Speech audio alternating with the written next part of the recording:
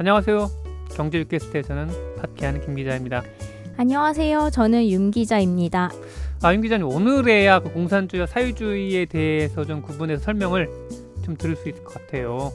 저번에 잠깐 예. 나왔던 얘기죠. 더벅님이 저번 3월에 지적을 좀 해주셨고, 네. 요분 목적 자체가 그 유럽 3인주의 있잖아요. 사회민주주의와 네. 관련돼서 좀 더 알고 싶었던 차였는데, 아마 지금쯤이면 이미 본인께서 네. 논문이든 아니면 역사 자료든 간에 찾아보셨지 않았을까 하는 생각을 하긴 하는데, 그래도 좀 마음에 좀 계속 걸리는 것도 있고, 그리고 그동안 또 교수님이나 어떤 뭐 전문가분들을 초빙하려고 노력을 좀 해봤는데, 아시다시피 저희의 가외 시간을 내서 하는 거잖아요. 저의 그리고 구독자가 한 10,000명이 넘으면 초빙하기가 좀 더 수월할 것 같은데 그렇죠. 예. 아직 저희 예, 아직 저희가 순수하게 그 방송을 하는 거에 더 목적을 두고 있기 때문에 좀 이렇게 좀 금전적으로 저희가 좀 무리가 되어서 네. 예, 차라리 제가 학습을 하고 좀 네. 보는 게 낫겠다 싶어가지고 이렇게 다시 또 도전을 해봅니다.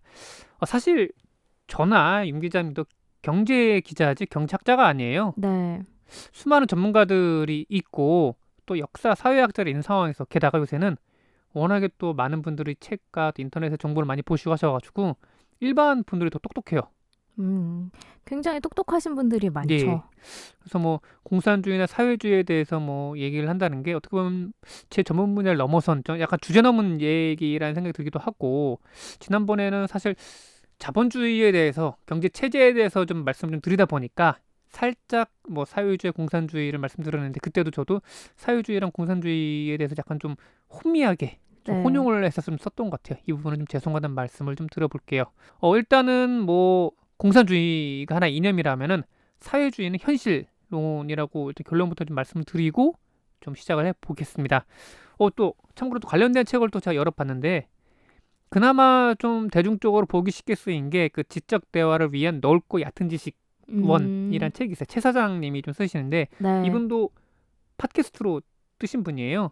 네, 맞아요. 팟캐스트에서 유명하신 분이죠. 지대 넙얏으로 네. 해가지고 이제 좀 한 4명, 3명의 패널들이 이게 좀 인문학적 지식과 이런 거를 많이 좀 전파하면서 많은 인기를 얻었었죠. 네. 저희의 좀 어떻게 보면 지향하는 바이기도 하고 그렇죠.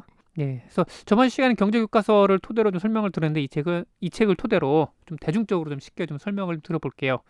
먼저 공산주의라는 개념은 생산 수단을 자본가가 아닌 노동자들이 갖는 경제 체제를 의미합니다.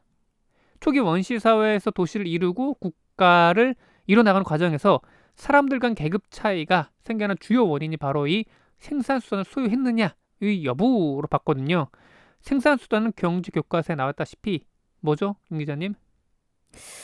갑자기 질문을 해주시면은 토지, 자본, 네. 노동이죠. 네. 예, 토지와 자본은 이제 주된 뭐 생산수단이 될 수 있고, 노동은 누구나 다 갖고 있는 생산수단이 되죠. 저희도 노동을 통해서 임금을 받고 월급 받는 건데, 네. 이런 행위 자체가 저희의 노동을 이제 자본가들한테 갖다 바치고 갖다 바치는 표현이 좀 그렇긴 하죠. 네, 뭐 노동을 제공하죠. 예. 네.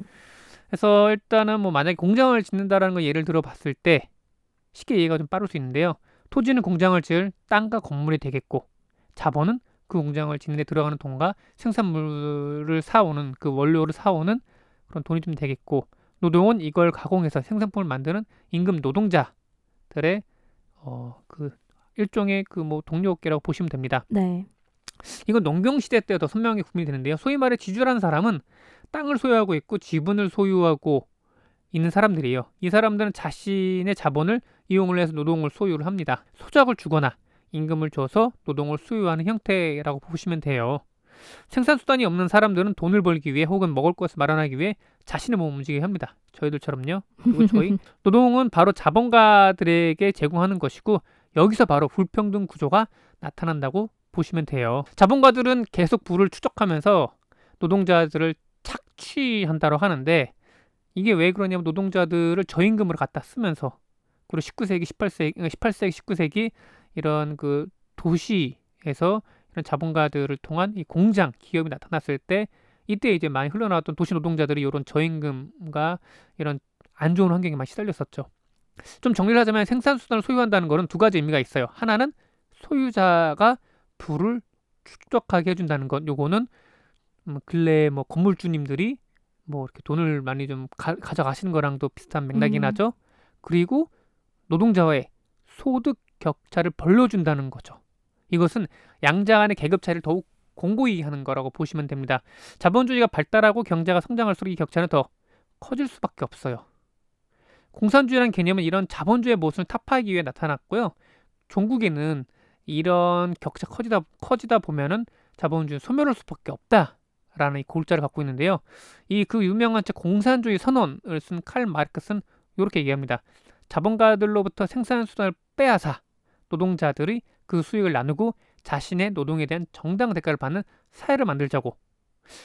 당연히 자본가들은 자신의 생산 수단을 빼앗기는 게 싫어하죠. 그렇기 때문에 마르크스는 피해 혁명이 필요하다고 봤어요. 그리고 노동자들이 들어봤을 때 너무나 혹하는 거예요. 이거는요. 저라도 네. 진짜 19세기에 살았다, 도시에 네. 살았다 그러면은 이런 마르크스주의에 공산주의에 혹할 수밖에 없을 것 같아요. 이론 자체는 나쁘지는 않아요. 그러니까 자신의 노동에 대한 정당한 대가를 받는 사회를 그쵸? 만들자는 예. 거잖아요. 아니 그리고 이론인 거잖아요. 이론, 네. 이론인 거고. 그러니까 우리가 생각하는 공산주의는 대체로 이런 논리를 좀 갖고 있고요.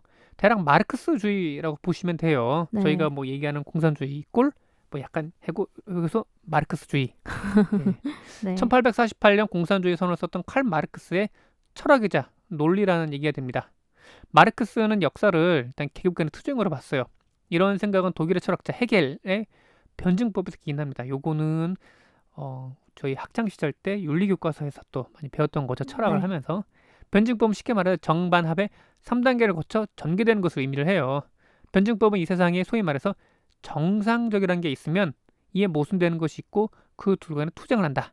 또 양자 간의 모순을 극복하는 과정에서 이제 합이라는 종합이 새로운 종합이 생긴다고 보는 거죠.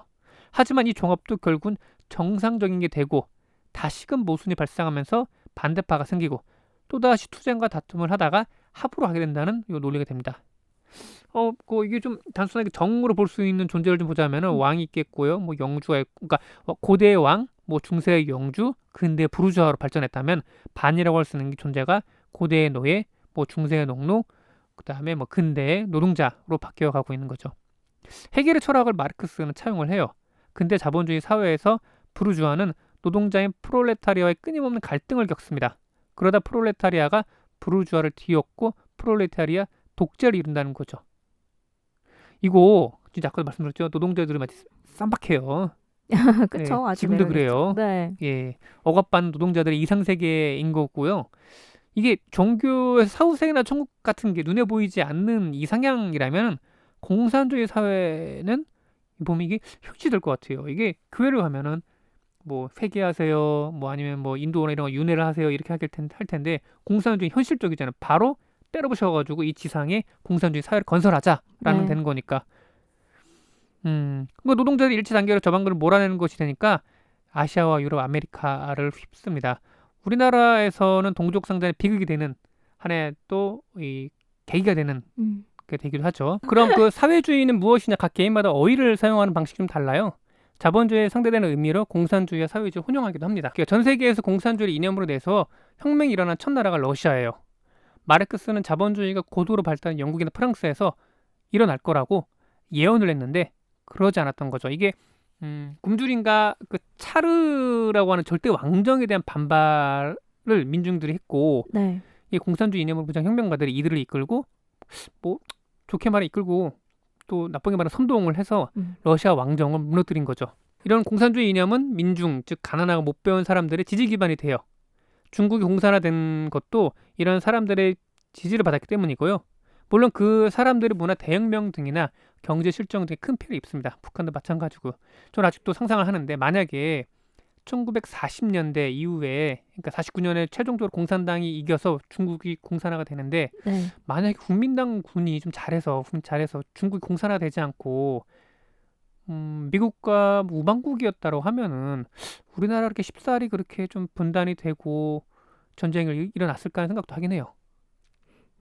아마 그러면 전쟁이 일어나진 않았을 것 같아요. 그쵸. 그냥 뭐 분할돼 있다가 네. 수십 년 후에 뭐 통합을 한다던가 그러지 않았을까 싶기도 하고 어쨌든 간에 뭐 역사의 가정은 없습니다만은 이런 얘기 좀 해봤고요. 그래서 이게 혁명을 통해서 부르주아를 몰아내요. 뭐 북한도 마찬가지고 뭐 소련도 마찬가지고 이제 남미의 뭐 쿠바나 마찬가지죠. 그런데 문제는 노동자들이 독재를 하기엔 역량이 모자란다는 거죠. 다시 말하면 국가라는 게 운영되는 게 되게 복잡하고 미묘하거든요. 뭔가 전문화된 리더가 필요해요. 모든 사람이 그걸 맡을 수 없는 거죠. 그래서 레닌과 같은 공산주의 혁명 이론으로 무장한 엘리트가 그 사회를 운영하게 됩니다. 즉 노동자가 아니라 엘리트 계급 또는 각성한 부르주아가 자본가로서의 권리를 내려놓고 노동자의 권리를 보장해야 되는 입장이 사회주의가 되는 거죠. 이런 류의 국가가 북한, 쿠바, 중국, 소련 등이 되는 거죠. 사회주의. 그러니까 공산주의의 이념을 실현하기 위해서 하나의 현실적 수단이 되는 게 사회주의라고 하는 겁니다. 소수의 엘리트가 이게 말만 바뀌었을 뿐이지 왕이나 정치 엘리트나 아니면 혁명가나 어쨌든 간에 소수가 다수를 지배한다는 표현이 좀 뭐해도 컨트롤한다는 점에서 사회주의나 아니면 그 전에 있던 거랑 비슷하게 볼 수도 있을 것 같아요.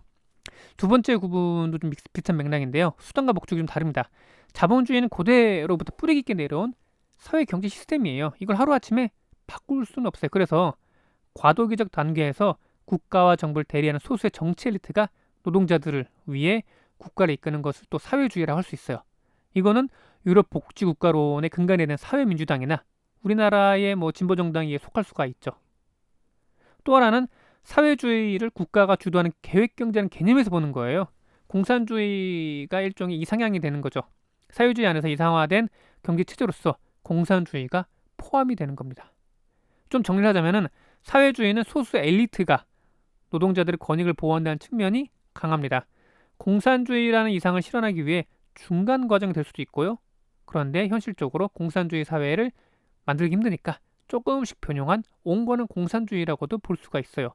그 일부분을 차용한 게 복지국가론이 되는 거고 유럽에서 활동하는 3인 계열 정당 등이 또 이에 해당이 됩니다. 우리나라는 한국전쟁에 아픔이 있었고 이후 30년에 걸친 군사독재 기간에 국민들을 억누르는 수단으로 반공을 내세우다 보니까 사실 공산주의나 사회주의자라는 걸 입에 올리는 게 금기가 되긴 했어요.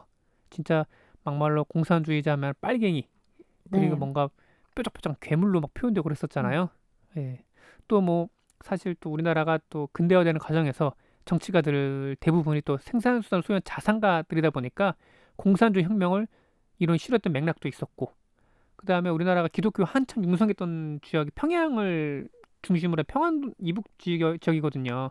근데 이쪽 지역이 북한이 공산화되면서 다 뺏겨 내려오면서 이 북한 공산주의에서 이를 갈면서 그런 것도 있고 그렇기 때문에 우리나라 기독교 특히 뭐 보면은 정통 골수라고 할 수 있는 분들이 보면은 공산주의 특히 북한에 대해서 혐오를 하는 것도 보면 그런 맥락이 있는 거예요. 대대로 내려온. 1990년대 문민정부 출범 이후에 사회 분위기가 좀 자유화되고 다양한 생각을 좀 포용하면서 우리나라도 진보, 뭐 사회주의란 말을 좀 대놓고 쓸 수 있게 되긴 했어요. 뭐 그만큼 우리도 유럽 국가들처럼 선진국 대열에 들어서고 있다는 얘기가 좀 되고 있고요. 제가 또 자료를 좀 찾아보면서 스웨덴 3민주의 계열, 그 다음에 독일의 3민주의 계열이 약간씩 다르면서 발전을 또 다르게 해왔더라고요. 그것도 재밌는 것 같더라고요. 그래서 기회가 날 때 특히 이들 유럽의 복지국가의 그 3민주의에 대해서 또 한번 또 설명해보는 또 시간을 가져보도록 하겠습니다. 오늘은 여기까지 마치도록 할게요. 네, 오늘도 들어주셔서 봐주셔서 감사합니다. 네, 감사합니다. 저희 방송 잘 들으셨나요? 질문 있으시거나 궁금하신 점 댓글로 남겨주세요. 여러분의 좋아요와 구독이 저희들에게는 큰 힘이 됩니다. 항상 믿을 수 있는 방송이 되도록 노력하겠습니다.